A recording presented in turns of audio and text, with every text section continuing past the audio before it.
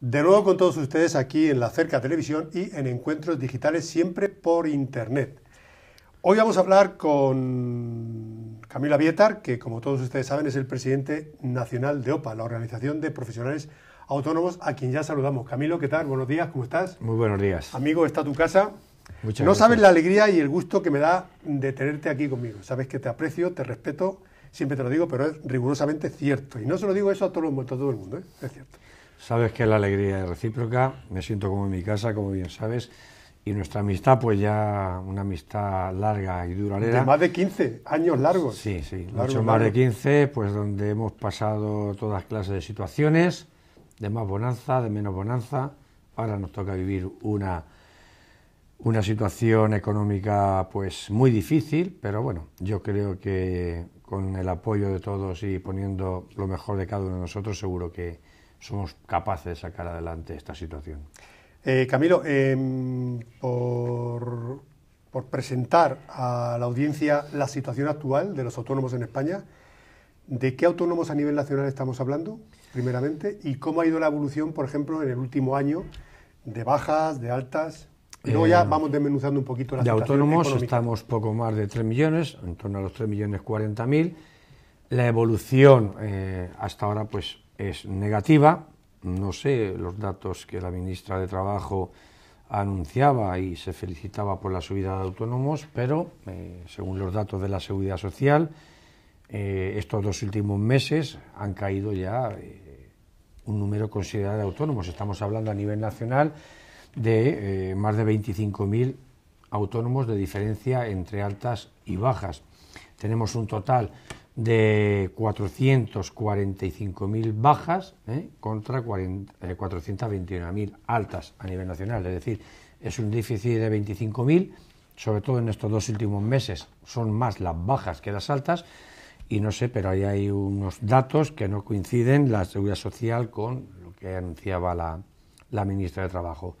A nivel de Castilla-La Mancha tenemos también 2.000 autónomos menos, la diferencia entre altas y bajas son de 2.000, y a nivel de Albacete tenemos 500, un déficit de 500, es decir, que la situación vemos que no es nada boyante, nos preocupa, y más cuando salgan los datos de octubre, se será una prueba de fuego, y si no me equivoco, me temo que sigan en esa balanza superando las bajas a las altas. La situación de crisis galopante, creo que digo bien, galopante, Camilo, en general en España y particularmente en Castilla-La Mancha, no está favoreciendo, por lo que veo, el crecimiento de emprendedores de autónomos, al contrario, por lo que me comentas. No lo está favoreciendo. Además, yo creo que se ha hablado mucho del autónomo, se ha hablado mucho del emprendimiento, del emprendedor, que hay que hacer políticas de apoyo al emprendedor, pero vemos que con tantos recortes, cada día, por ejemplo, en formación, si precisamente queremos que nuestras empresas sean competitivas, que ganen mercados, que se posicionen dentro de los mercados y sean líderes, hace falta pues esa formación y esa información que desde luego estamos viendo como en este año, pues nada más que en formación para autónomos ha habido una reducción de más del 50%, es decir, estamos hablando de unas cantidades importantes, estamos hablando de que para formar a los autónomos en toda España solamente hay un presupuesto de 4,7 millones de euros, es decir, con 4,7 millones de euros para 3.040.000 autónomos, pues, imagínate qué formación se puede dar, muy limitada y muy reducida.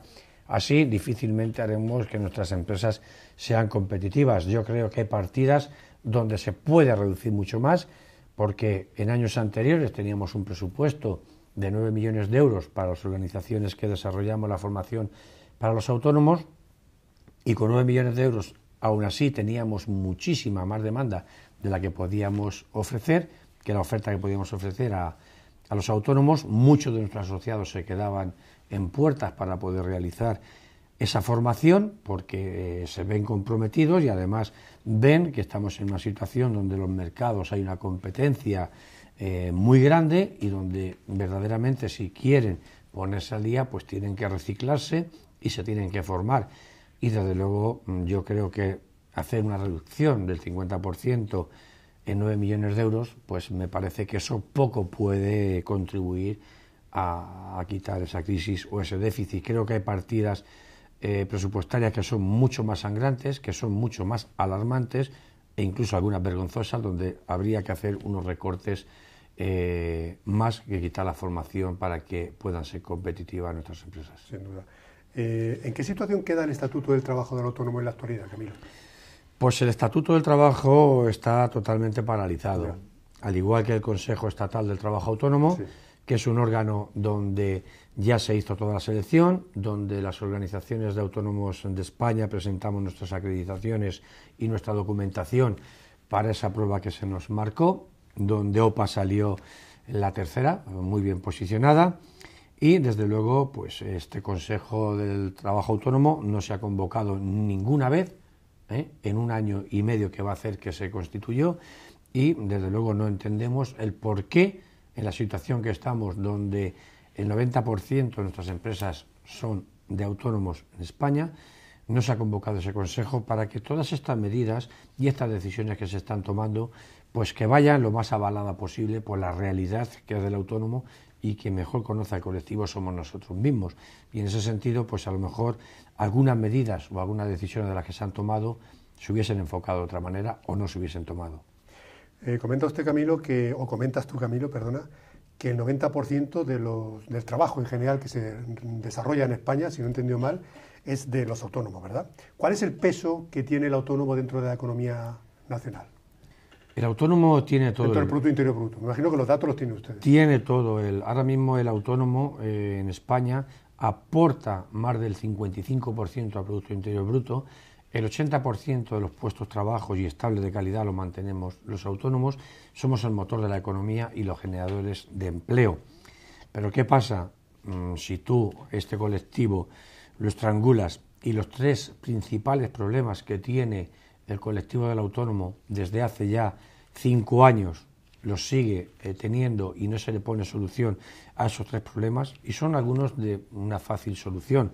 El principal problema que tiene el autónomo es la financiación, la falta de financiación, donde no nos cansamos de reclamar que fluya esa liquidez dentro de las empresas y puedan tener esas pólizas de descuento y poder esa línea de crédito, y no la tenemos. Entonces, mientras que las entidades financieras no empiecen a dar financiación a las pequeñas empresas y a las familias, que se reactive el consumo, difícilmente pues se podrá salir de esta crisis. Sí, pero fíjese usted que, por lo que usted comenta, por lo que tú comentas, Camilo, a las empresas de todo tipo, sobre todo pequeñas pymes y autónomos, no llega el crédito, y sin embargo, pues no hace muchos meses se hizo un rescate bancario, concretamente el de Bankia, creo que fueron de 10.000 millones de euros, y usted lo criticó hasta la saciedad e incluso dijo que con ese dinero se podían haber salvado más de 250.000 empresas, que se dice pronto.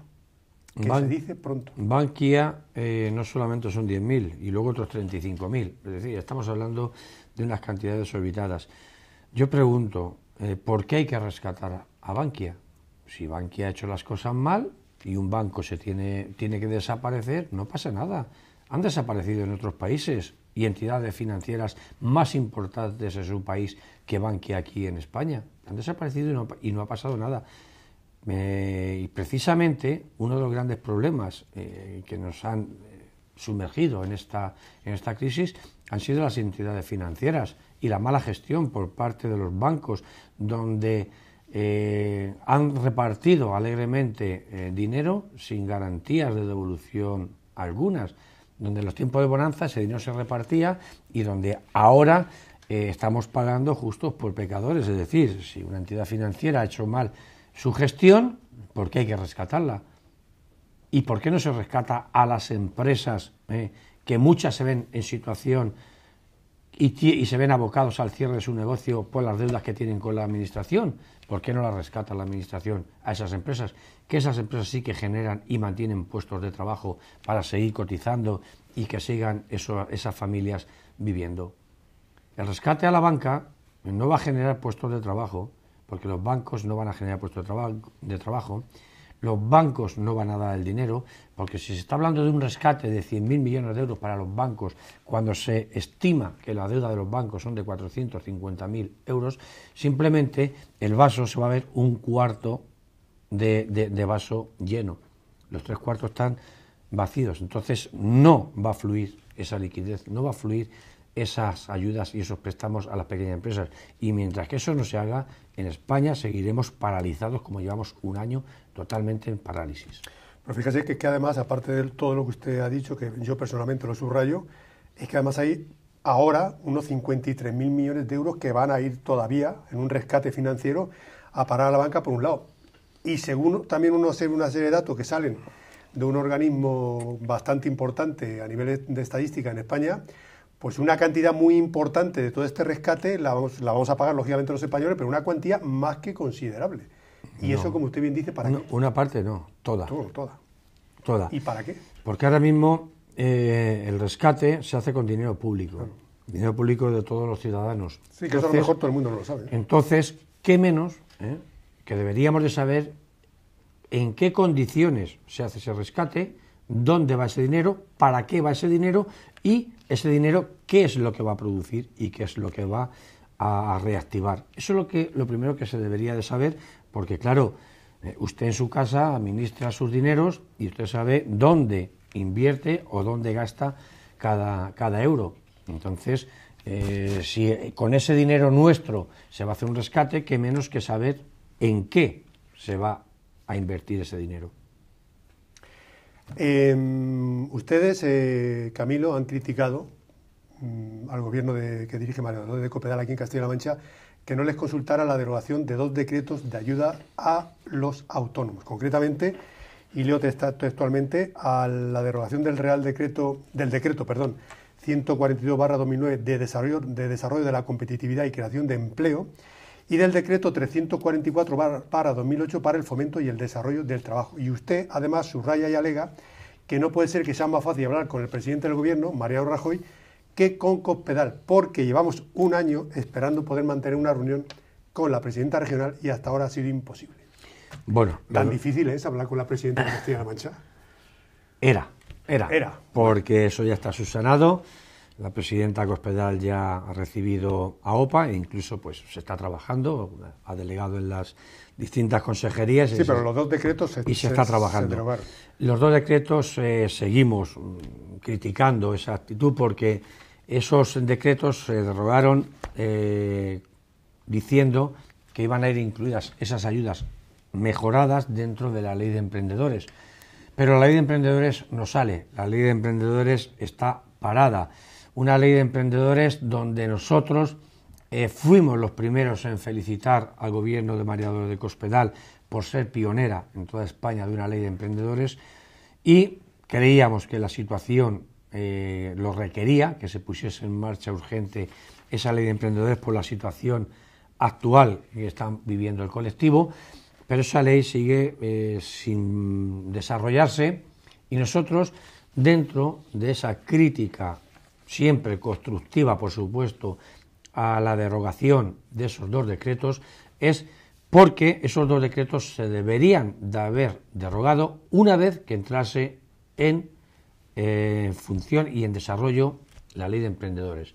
Ahora mismo hay un vacío a los emprendedores que quieran poder acceder a esas ayudas iniciales que venían contempladas en esos decretos y ahora mismo pues los emprendedores y los autónomos que quieran iniciar esas actividades, pues hay esa falta de ayudas que nosotros lo único que criticamos y pedimos es que se hubiesen derogado una vez puesto en marcha la ley de emprendedores, porque así no había ese vacío que hay ahora mismo de ayudas.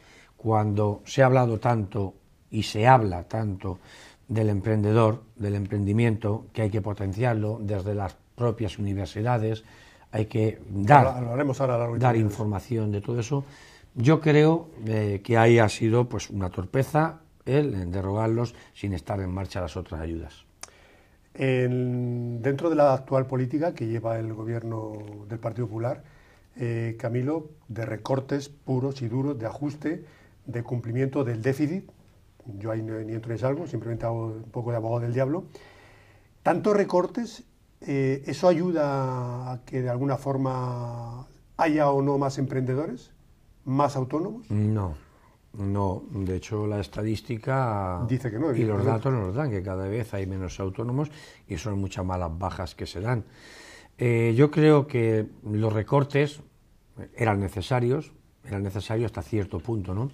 Porque lo que está claro que el sistema que teníamos no era viable porque España se ha convertido en 17 reinos de taifas, donde todo el mundo ha manejado unos presupuestos sin tener en cuenta hasta dónde se podían endeudar, donde han sobrepasado sus presupuestos y donde han generado pues un déficit preocupante y alarmante.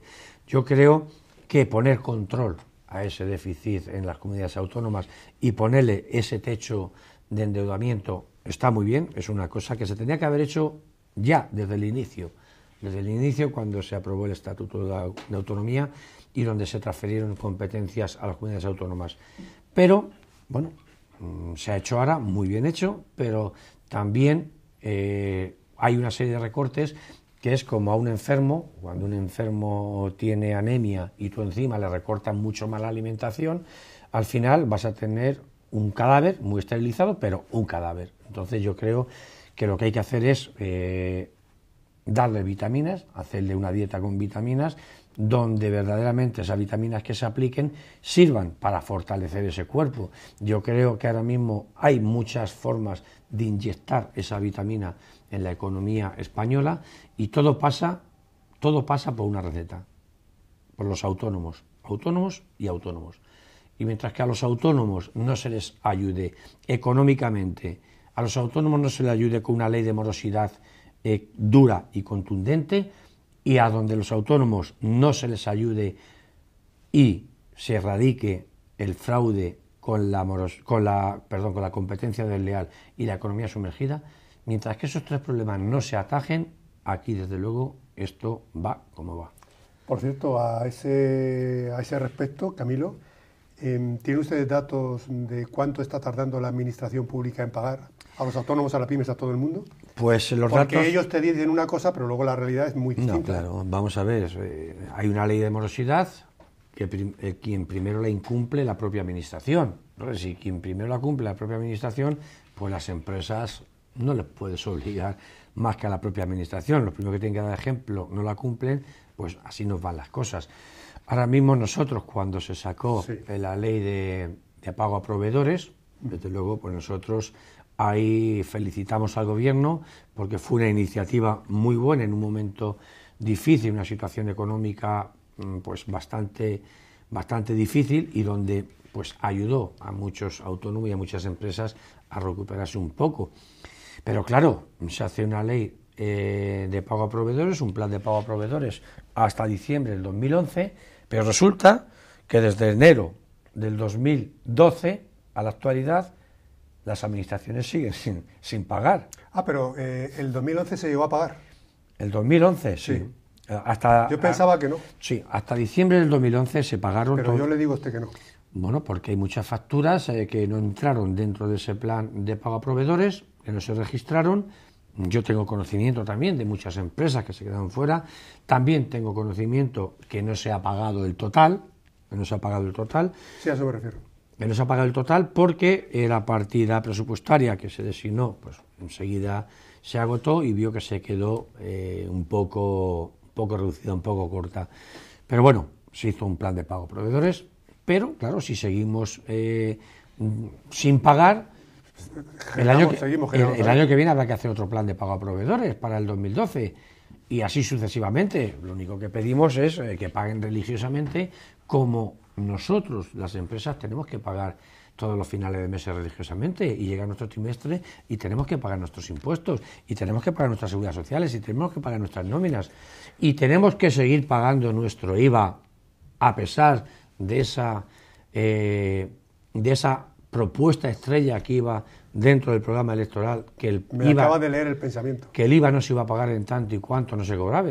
¿Cómo está esa situación? Porque el Partido Popular se la prometió muy felices, lo dijo por activa y por pasiva, que iba a poner una ley para que no se pagara el IVA, efectivamente, hasta que no se cobrara, es decir, iba a aplicar la contabilidad de tesorería pura y dura, pero eso se ha quedado en agua de borrajas. No se y ha tampoco hecho. hablan de eso.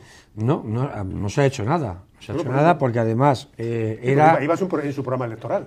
y además era uno de los puntos estrellas que había recogido de nosotros, de las exacto, organizaciones de autónomos, y su compromiso Y era, ahora donde dije digo. su compromiso era que en el primer semestre de su mandato se iba a poner en marcha que el IVA no habría que pagarlo en tanto y cuanto no se cobrasen las facturas. Así es.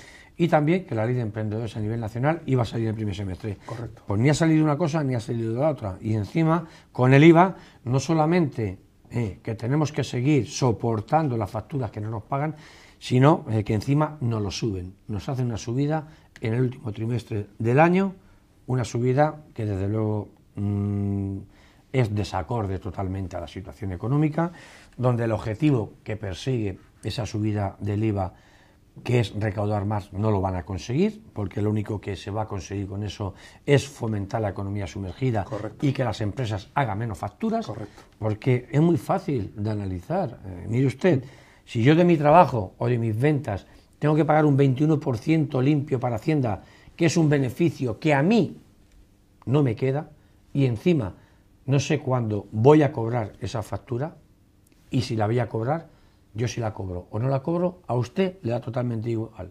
Yo le tengo que pagar su 21%. ¿Por qué no persigue usted al que no me paga, que yo sí quiero pagar mis impuestos para que poderlos hacer? Ahí es donde deberían de hacer esas pesquisas y donde deberían de incidir más la Administración. En vez de tanta inspección a los autónomos que están dados de alta religiosamente, pero es que es muy fácil un establecimiento que está abierto ir a hacer la inspección. Así no nos complicamos la vida. A este lo tenemos seguro, como el chiste del cojo, a este lo tenemos seguro. Y sin embargo la economía sumergida sigue creciendo. En España tenemos ya más de 32.500 personas que están infringiendo y están dentro de esa economía sumergida, trabajando en negro. Favoreciendo la competencia ilegal, claro. Efectivamente, porque es que en muchos casos, en muchos artículos, ustedes los periodistas ponen que hay más de 32.500 autónomos ejerciendo la ilegalidad y la economía sumergida. Perdone, no son autónomos. Si fuesen autónomos no estaban en economía sumergida, estarían dados de alta. Son personas fraudulentas, son personas ilegales, y desde luego eso nosotros no lo queremos, ni nosotros ni nadie, somos los primeros en denunciarlo. Pero aquí caso omiso. Eso es lo que hay que perseguir. Ahí sí que hay una gran evasión de impuestos. Eso es lo que tienen que perseguir. No al pobre que está y se ve negro para pagar sus impuestos, para pagar la luz, para pagar el local, y que en muchos de los casos, muchos meses, a lo mejor no lleva ni un euro a su casa por pagar y atender sus obligaciones. Y a los dos empleados que tiene en el taller. Y atender sus atenciones tributarias y atender las nóminas de sus empleados para que no le falte. Eso sin contar con que ese tipo de personas están 24 horas diarias trabajando de lunes a domingo, incluidas las fiestas. Efectivamente. Que, por cierto, ¿cuál es la situación que estos autónomos tienen al respecto del posible paro? Porque hasta hace pocos meses no tenían ni siquiera la posibilidad de acogerse a un paro si el negocio les iba mal. ¿Eso se ha arreglado, Camilo? Sí, porque además... Pero hay cierta ambigüedad, no está muy claro el tema, ¿no? Es ambigüedad porque es optativo. Nosotros en todo momento, siempre desde OPA, hemos aconsejado y hemos pedido a los gobiernos que fuese obligatorio, porque al ser obligatorio el autónomo no tiene más remedio que cotizar y cuando le vienen los momentos difíciles, pues ahí lo tiene. ¿Qué pasa? Que si se deja voluntario, los autónomos, el 80% de los autónomos están cotizando al mínimo. Nosotros, yo sobre todo, pues en las conferencias y en muchas reuniones con autónomos, yo se lo aconsejo, le digo, vamos a ver, vosotros que tenéis algún empleado, resulta que tu empleado con un salario medio de 1.000 euros, estás pagando 400 euros a la seguridad social, lo pagas tú, paga la empresa la seguridad social por tu empleado y por ti estás pagando 240. Sí. Es decir, que te consideran menos que tu empleado. ¿Qué pasa? Que a la hora de la jubilación, pues tu empleado tendrá una jubilación mayor que tú, a la hora, no quiera Dios, pero un accidente laboral, donde te quede una invalidez, tu empleado tendrá una invalidez y una paga mucho mayor que la tuya, entonces Mi consejo es siempre, aunque si la que paguen cuanto más mejor la que situación pueda. económica ahora mismo no es buena, pero que al menos cotice al igual que sus trabajadores. Bueno, pues seguimos con ese tema. Es decir, la jubilación al final de los trabajadores autónomos, en todo caso, es bastante discriminatoria con las personas que están dentro del régimen general de la Seguridad Social. Sí, exactamente. Sí, diga. Es que no había aclarado lo, de lo del desempleo. Por eso, sí.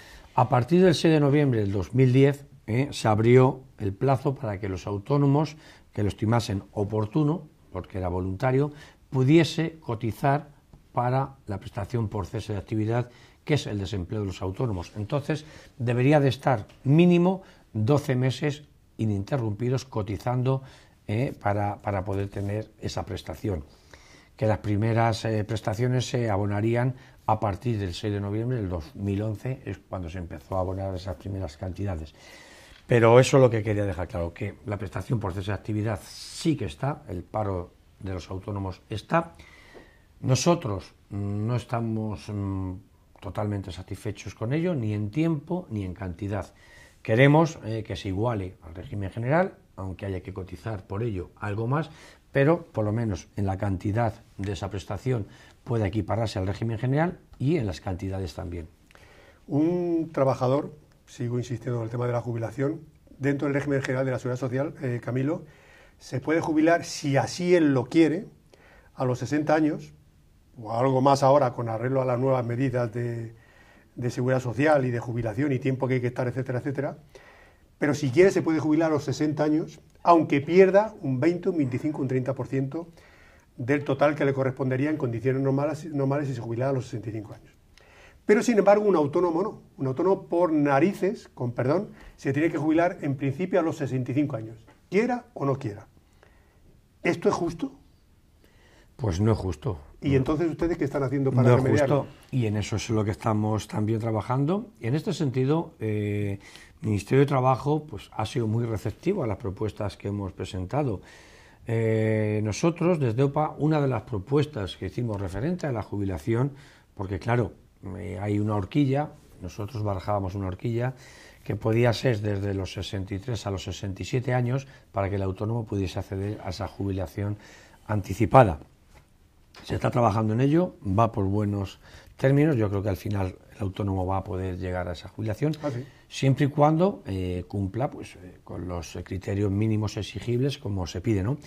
Pero también estamos trabajando en la propuesta que las jubilaciones deberían de ser reales con la vida y la carrera de cotización de cada individuo, tanto en el régimen general como en el régimen de autónomo. Si usted a los 41 años cotizados ininterrumpidamente puede ya tener acceso a esa jubilación, pues mire usted, si usted tiene 56 años y resulta que lleva cotizando desde los 14 años y no ha dejado de trabajar ni un día. Como hay muchísima gente en España. Pues mi caso, por ejemplo, yo empecé a cotizar con 14 años, tengo 52 y no sé lo que es estar un día apuntado en el paro, toda mi vida cotizando. Toda mi vida cotizando. Si a los 41 años usted se puede jubilar y tiene 56, 57, yo creo que con 41 años de cotización ya está bien. Yo creo que es eso, mucho mejor a que una persona no esté cotizando, esté haciendo trabajos de forma clandestina o ilegal o cotizando por un mínimo, y luego al llegar a los 48 o 50 años darse el alta y cotizar por lo máximo. Por lo tanto va a cotizar 15 o 17 años a lo máximo, y el resto de la vida no ha cotizado. Es injusto que esa persona tenga una paga, le quede una pensión mayor que una persona que ha estado toda la vida cotizando.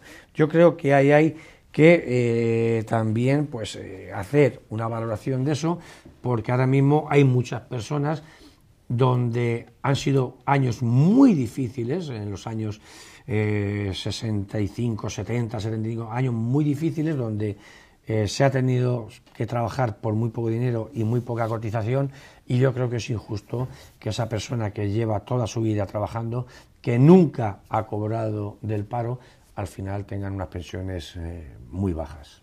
¿Tienen ustedes datos, Camilo, al respecto del tiempo que tarda en montarse, desde el momento en que se planifica, se organiza, se gestiona una empresa, hasta que finalmente se pone en marcha, el tiempo que se tarda en España y el tiempo que se tarda en otros países colindantes del territorio nacional en Europa? Hasta ahora en España era muy lento y es más, nosotros llevamos 22 años reclamando que había muchos trámites, mucha burocracia a la hora de hacer, dar de alta una empresa. Hoy día, pues con la licencia Express, que esa es otra de las cosas que también hay que felicitar a este gobierno, que lo ha hecho muy bien. La licencia Express, pues en 24 horas tienes un negocio puesto en marcha, es decir, eso facilita las cosas. Yo me acuerdo en los años 87 o 89, incluso no tan lejano, sino hace muy poquito tiempo, empresas que estaban ya funcionando y llevaban 2 años esperando su licencia de apertura de actividad.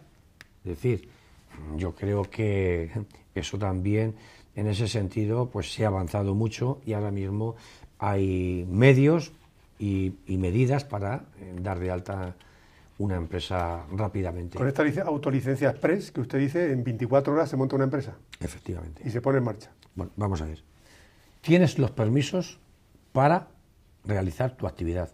Montar la empresa, eso ya depende de la envergadura de cada empresa, de la infraestructura y de lo que necesite. Pero los trámites administrativos en 24 horas los tienes.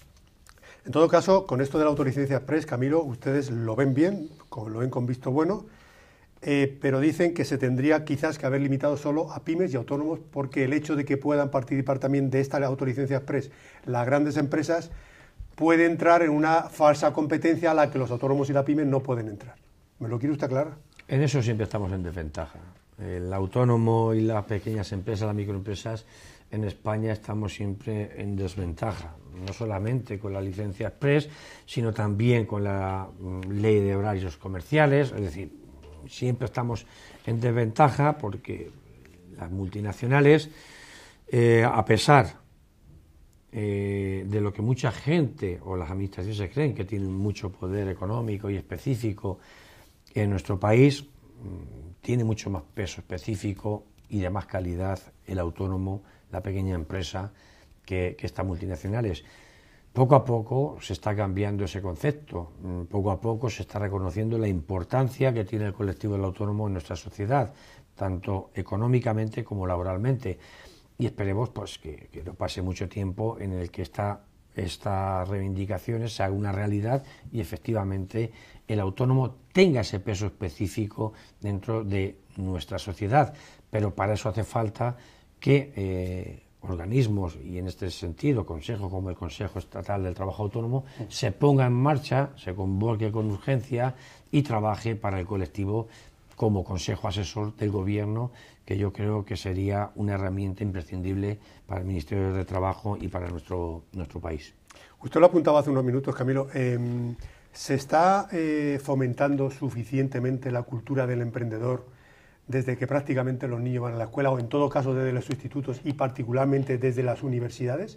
¿O todavía estamos esperando en este país a que salga una oposición, cosa que lamentablemente eso ya creo que se debe de olvidar casi todo el mundo, para presentarse de funcionario, vivir, pues, entre comillas, plácidamente el resto de nuestras vidas? Bueno, hasta hace prácticamente 4 años en España la cultura emprendedora y la cultura empresarial dentro del plan de estudios, del plan de educación, pues era totalmente nula. Es decir, como bien decías, nosotros las encuestas que teníamos, el 80% de los universitarios estaban deseando de terminar su carrera para opositar.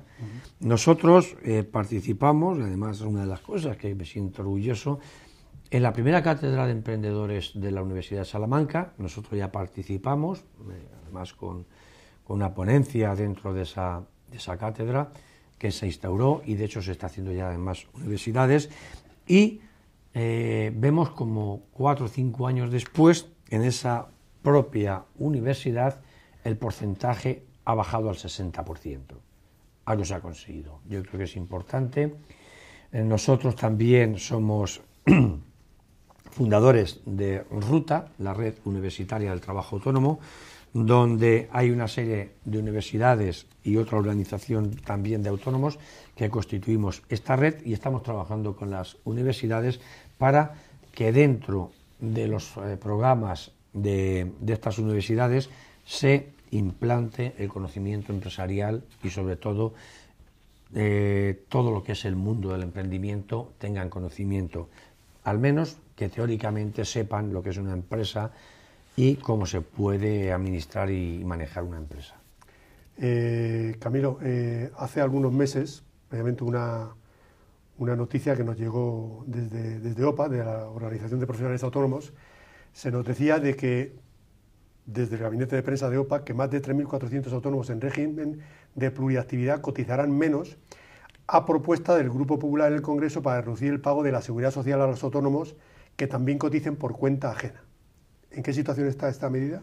Vamos a ver. Esa medida todavía está, digamos, en la cocina. Ya. Es una propuesta también nuestra, una propuesta de las organizaciones. Estamos hablando de autónomos que cotizan por cuenta propia y por cuenta ajena. Efectivamente. Y que una de ellas sobra. Efectivamente. Una de ellas sobra porque, y si no sobra, al menos que se compute a la hora de cotización a la Seguridad Social para las jubilaciones o posibles invalidez que se pueda tener o cualquier baja, ¿no? ¿Qué pasa? Que hasta ahora muchas veces se ha cotizado en los dos regímenes, es decir, has estado trabajando por cuenta ajena, sí, y luego pues has realizado una actividad por cuenta propia y has, sí, estado de alta en los dos regímenes, de los cuales solamente uno es el que te valía y te computaba, sí, para tu vida laboral, ¿no? Creo que hay, en ese sentido, lo que se pretende es que muchas más personas puedan cotizar, que se den de alta, que sea atractivo, con el fin de que habrá unos ingresos mayores en las arcas de la Seguridad Social, habrá un número mayor de cotizantes, pero claro, cotizar por cotizar tampoco es. Claro. Lo que hace falta es que esa cotización pues siga avalando y siga sumando en tu vida laboral. Camilo, explíquenos usted a los miles de personas que le van a ver a usted la situación en cuanto a la seguridad social del autónomo que está cotizando actualmente en el régimen de autónomos, en el RETA, y que durante muchísimos años también ha cotizado en el régimen general de la Seguridad Social.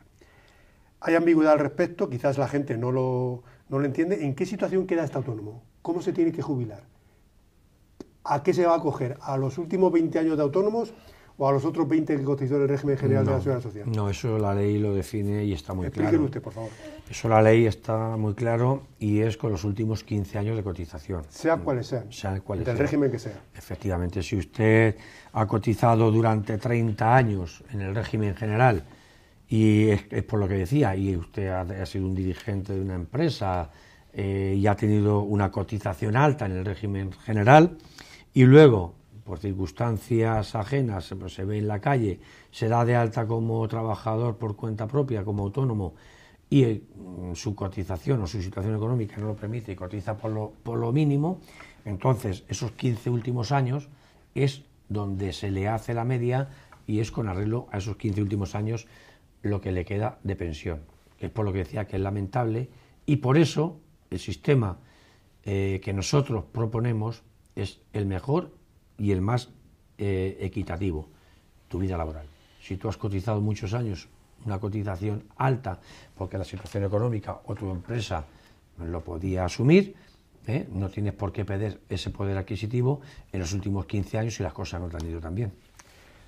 ¿Algún análisis al respecto sobre la reforma laboral? ¿Me quiere usted hacer, Camilo? Bueno, la reforma laboral tiene sus claros y sus oscuros. Ahora mismo hay muchas personas que la reforma laboral pues la ven en contra, otros están a favor. Lo que está claro es que había que hacer algo. Yo creo que la reforma laboral en algunos aspectos pues se ha quedado corta. Nosotros pedimos al Ministerio de Trabajo y de hecho hemos mantenido algunas reuniones y les hemos hecho esas propuestas por escrito. Nosotros en esa reforma laboral echamos de menos que la figura del autónomo económicamente dependiente no se hubiese regularizado donde corresponde y donde es su sitio natural, y es en el régimen general. Nosotros ahora mismo la figura del autónomo económicamente dependiente, para quien no lo sepa, sí, por favor, un autónomo económicamente dependiente es aquel cuya facturación a un solo cliente supera el 75% de su facturación, depende de esa empresa económicamente, no es quien se organiza el trabajo ni el horario, se lo organiza la empresa, entonces tiene todo el corte para ser un trabajador por cuenta ajena. Esto es lo que ustedes suelen llamar falsos autónomos. Efectivamente. Y eso es lo que se da. Es una ilegalidad encubierta dentro de nuestro sistema laboral, ¿no? Y ahí se le tenía que haber dado cobertura dentro de esa reforma laboral, haberlo ubicado en su sitio natural, que es en el régimen general. ¿Ustedes consideran que retrasar hasta el año 2014, Camilo, la entrada en vigor de la obligatoriedad de abonar la cuota por accidente de trabajo y enfermedades profesionales por parte de los autónomos es un paso atrás en el acceso a las mejoras sociales por la que este colectivo lleva luchando durante muchos años? Y consideran una invitación a la precariedad que los autónomos no estén obligados a pagar sus contingencias. Así es, así es. Desde OPA llevamos 22 años luchando y trabajando, aportando propuestas para que el autónomo pueda tener esas mismas prestaciones que el trabajador por cuenta ajena, que tenga ese derecho al accidente laboral, que tenga derecho a esa enfermedad laboral, que pueda tener también ese derecho a la prestación por cesa de actividad, al paro del autónomo. Y desde luego nosotros siempre hemos apostado, y así se lo hemos indicado a los ministerios de trabajo pertinentes, que los autónomos eso tenía que ser obligatorio. En el momento que lo dejas voluntario, así pasa, el 80% no cotiza por esas prestaciones. Entonces estás invitando a esa precariedad, estás invitando a que esos autónomos no tengan recogido su accidente de trabajo. El día de mañana le pasa una desgracia y entonces es cuando todos nos acordamos. Ustedes lo califican de un caramelo envenenado. Sí, porque es así, porque es así. Es decir, no se puede hacer grandes titulares diciendo que con esa medida y con ese retraso de entrar en vigor, un autónomo se va a ahorrar en torno a 500 euros anuales. No te los ahorras, te los estás quitando de tu seguridad y de tus prestaciones sociales. Entonces no es que te lo estés ahorrando tú mismo, es un riesgo que estás corriendo si te pasa una desgracia quedarte sin cobertura. No sé si ustedes van o no a apoyar y en qué medida les va o no a favorecer o perjudicar la huelga del próximo 14 de noviembre. Hombre, una huelga desde luego siempre es perjudicial. Una huelga, yo no conozco ninguna huelga que haya tenido beneficios para la sociedad. Puede tener beneficios para colectivos, puede tener beneficios para sectores, según la huelga como esté ubicada, pero en una huelga general yo creo que en la situación en la que se encuentra España, en una imagen que tenemos que transmitir al exterior de unidad y que esto hay que sacarlo para adelante entre todos, yo creo que una huelga no es una de las mejores soluciones que tengamos, ¿no? Estamos de acuerdo que ahora mismo todos los colectivos están muy cabreados, y es así, y si no, pues a ver si usted es capaz de nombrarme algún colectivo que esté contento con la situación que no vivimos alcanza tanto mi inteligencia en España. Entonces, la situación es muy dura, es una situación grave, donde todos los colectivos, empezando por la enseñanza, la sanidad, los magistrados, todo, están pues verdaderamente cabreados. Pero yo creo que hay que buscar más el diálogo, que hay que aperturarse más a las buenas negociaciones, porque yo siempre lo digo, en los momentos difíciles es donde se ven los grandes líderes, y eso no lo estamos viendo. Detrás, pregunto, y vuelvo a hacer de abogado del diablo, de las políticas que actualmente se están llevando a cabo en España, desde el gobierno central, nacional, ¿está la varita, digo, mágica, entre comillas, de Angela Merkel o de alguna presión europea o el Fondo Monetario Internacional?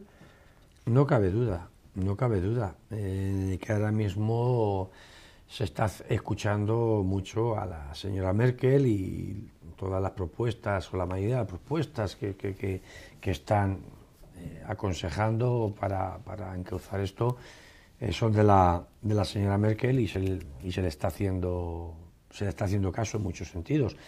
Yo creo que cada país pues tiene sus problemas, tiene su idiosincrasia, y yo creo que todas las medidas que se tomen de recorte, las medidas que se tomen económicas, yo creo que tienen que ser estudiadas y analizadas y que verdaderamente tengan un efecto, a algunos a muy corto plazo, porque hace falta, a medio y largo plazo. Pero yo creo que hay que hacerlo con un estudio exhaustivo de nuestra sociedad, de nuestra realidad, de nuestra economía, de nuestro sistema productivo, que tenemos un sistema productivo que hay que cambiarlo sí o sí, porque hemos estado muchos años basándonos en un sistema productivo equivocado y erróneo que nos ha llevado a esta crisis y a esta situación. Y yo creo que hay que hacer las cosas pues con mucha sensatez, mucho sentido común, pero sobre todo con mucha unidad. Hace falta mucha unidad, hace falta que dejemos de tirarnos los trastos a las cabezas unos a los otros porque solamente nos importa donde estamos sentados. Hace falta mirar los problemas de España y no mirarnos nuestro ombligo. Y hace falta un pacto social grande y fuerte para sacar adelante este país. Sí, lo que pasa es que fíjese que estos pactos de Estado que usted reclama, pues yo creo que pasaron a la historia. Alguno hubo en su momento, pero pasaron a la historia, lamentablemente. ¿Qué perspectivas económicas augura usted para los próximos meses o en los próximos 2 o 3 años? Y en todo caso, ¿podemos salir de esta antes de que acabe, de esta crisis antes de que acabe la actual legislatura? Así, esperemos que así sea, porque si no me parece que pocas empresas iban a quedar entonces. Estamos hablando que todavía quedan 3 años de legislatura, estamos hablando de 3 años que desde luego no van a ser nada fáciles. Ya puedo adelantar que el 2013 crecimiento no vamos a tener en absoluto. Sí, pero dicen que al final de año, dicen algunos miembros del Partido Popular, que al final de año 2013 quizás se empieza a ver algo positivo. Bueno, pero eso deberían de firmarlo y ponerlo claro y decir en qué va a estar ese lado positivo. Pero usted lo oye igual que yo. Sí, pero yo lo único que veo es todos los días estos datos que tenemos y las noticias que tenemos. Es que algunas veces cuando vas a comer es preferible poner a los Simpsons que las noticias, porque vamos, o empezamos a cambiar el chip en este país todos y empezamos a lanzar un mensaje positivo y empezamos a dar esperanzas a la sociedad y empezar a dar ilusionar a nuestra sociedad para que vayamos haciendo vida normal, se vaya reactivando el consumo. Y si no, de verdad, si seguimos así con este pesimismo, difícilmente lo vamos a conseguir. Yo me conformaría con que en este último trimestre y el primer trimestre del 2013 tocásemos fondo, pero tocásemos fondo de verdad, y que empezásemos ya una recuperación y que se empezase a reactivar a partir del primer trimestre del 2013 y por lo menos que empiece ya yo tengo la esperanza que en abril, mayo del 2013 empiece esa recuperación. Yo sí tengo esa esperanza, pero tenemos que hacer las cosas bien hechas y tenemos que hacer unos planes viables y sobre todo que los apoyemos todos. Pero permítame que insista, pero ¿esa esperanza en qué está fundada? Pues claro, es que permítame que yo particularmente ya esté harto de oír buenas palabras, pero ¿en qué política está fundada? ¿En qué planes? ¿En qué criterios? ¿Qué se va a hacer? ¿Se ha hecho un análisis del mercado laboral? ¿Se ha hecho un análisis de la situación que hace falta en España? ¿Dónde se van a generar puestos de trabajo? ¿Qué inversiones va a haber? Que no nos engañemos, es que no se pueden tirar la piedra y esconder la mano. Inversiones, de momento, como decíamos al principio, las inversiones mal, porque... Pero es que si no hay inversión no hay trabajo. Es una teoría keynesiana que lo lamento decirlo, pero es que es así. Efectivamente. Y estamos viendo como en estos últimos meses de España han salido más de 245.000 millones de euros. Eso es la falta de confianza, la desconfianza, la inseguridad que nuestro sistema y que nuestro país ahora mismo está, no es que esté generando, sino que ya lo tiene generado. Entonces, recobrar esa confianza, no solamente en los inversores, hay que partir por las familias y las pequeñas empresas, que es donde se reactiva y donde empieza todo el proceso. Correcto. Esto es una cadena. Sí, sí. Es una cadena. Pero por ahí se empieza, sí. Si las empresas, las microempresas, los autónomos, las familias tienen liquidez, pueden tener esos créditos o esas ayudas financieras, pues todo puede empezar, el consumo se puede empezar a reactivar poco a poco. Si una familia funciona y tiene liquidez, pues comprará, los comercios tendrán trabajo, los comercios tendrán que hacer reparaciones, tendrán que hacer ampliaciones, se venderán vehículos, los talleres funcionarán, los albañiles y los fontaneros tendrán trabajo. Es decir, es una cadena. Es una cadena, pero todo parte de lo mismo. Y todo parte de que el gobierno ahí tiene que ser duro y contundente con las entidades financieras. ¿Se va a hacer ese rescate financiero? Vuelvo a lo primero. ¿Con qué condiciones? ¿Con qué fin? Porque si el fin no es dar financiación y liquidez a las familias y a las pequeñas empresas, será un dinero que solamente le hará el caldo gordo a las entidades financieras, que ellos lo cogerán al 1,5 y lo venderán a 7, al 8 o a lo que les dé la gana. Como siempre en cualquier país capitalista y neoliberal, y yo no estoy en contra en absoluto de todo eso.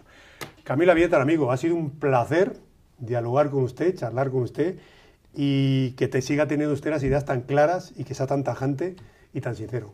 Un verdadero placer. Lo que pasa es que muchas veces las ideas tan claras y hablar tan claro, pues te causa problemas. Pero bueno, yo soy una persona que, como dicen en nuestra tierra, me parió mi madre así, y mientras que viva seguiré hablando clarito. Y además, yo, permítame, lo digo de vez en cuando, y cada vez lo voy a decir más, pero bonito estaría que estuviéramos con miedo y en la cárcel. Eso no se puede. Hasta ahí podíamos llegar. Eso no se puede. Camilo, muchísimas gracias. Gracias y a ustedes, pues muchísimas gracias por escucharnos, por vernos, por oírnos, y les deseamos que sean muy felices. Les esperamos en unos nuevos encuentros digitales aquí desde la Cerca Televisión. Muchísimas gracias.